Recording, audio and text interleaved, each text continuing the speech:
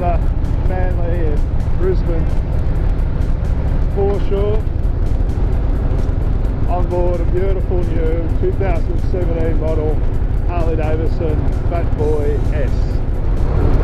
This is based on the Fat Boy Low model, but it's been upgraded to the 110B counterbalanced big twin engine. Really is a lovely motor. I actually requested this bike because I wanted to get back on a 110 after testing the Milwaukee 8 Road King, just so I could make a comparison between this bike and the new motor.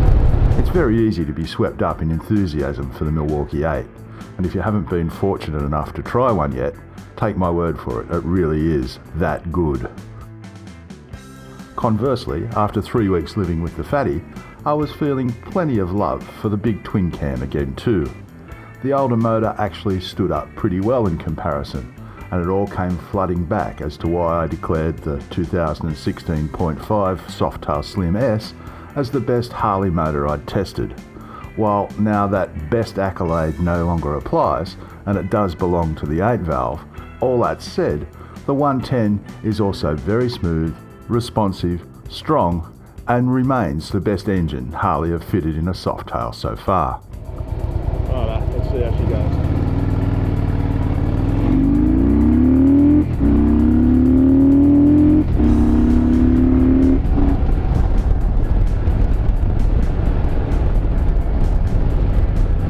The Screaming Eagle 110B runs a 101.6 by 111.1 bore and stroke, displacing 1801 cc's and a 9.2 to 1 compression ratio. With the Screaming Eagle Sports air filter and CVO shotgun over-under exhausts, it also seemed to breathe quite well for a stocker. Harley claims maximum torque of 146 Newton meters at 4,000 RPM, which really does put it in the same kind of ballpark as the 150 Newton meters at 3,250 RPM produced by the Milwaukee 8. The fact that it's slung in a fabulous looking blacked out chassis and running gear was a big plus. Just walking up to it to get on board, the bike had some angles that made me stop and drink in its stylish lines. The matte black and chrome finish, the denim black frame, the swing arm, black solid wheels and all the extra blacked out bits, and the added Screaming Eagle fruit, the whole presentation remains superb to look at. Riding it is just as pleasant.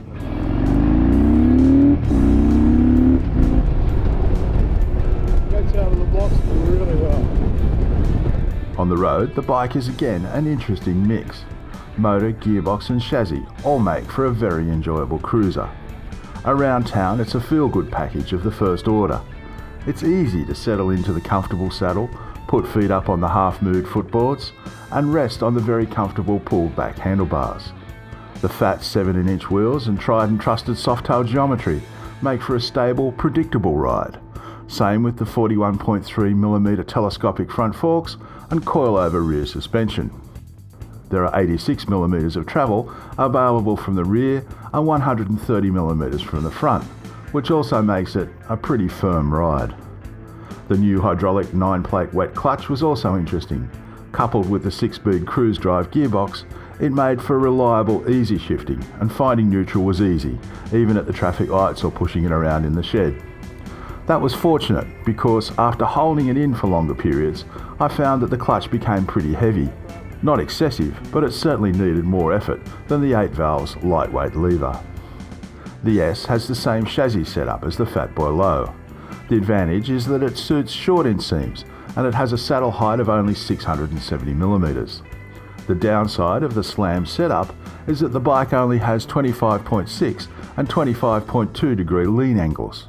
It's very easy to touch the footboards on the deck, and accordingly you have to be a bit circumspect about corner entry speeds. The brakes are really good. The gearbox is perfect. The issue the bike's got.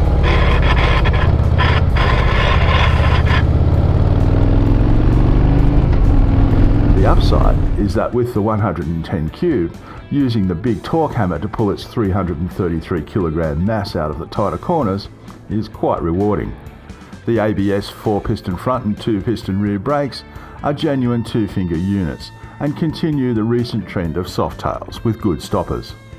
All the usual Harley retro tech and niceties are similar across the 110 cube and 107 cube models.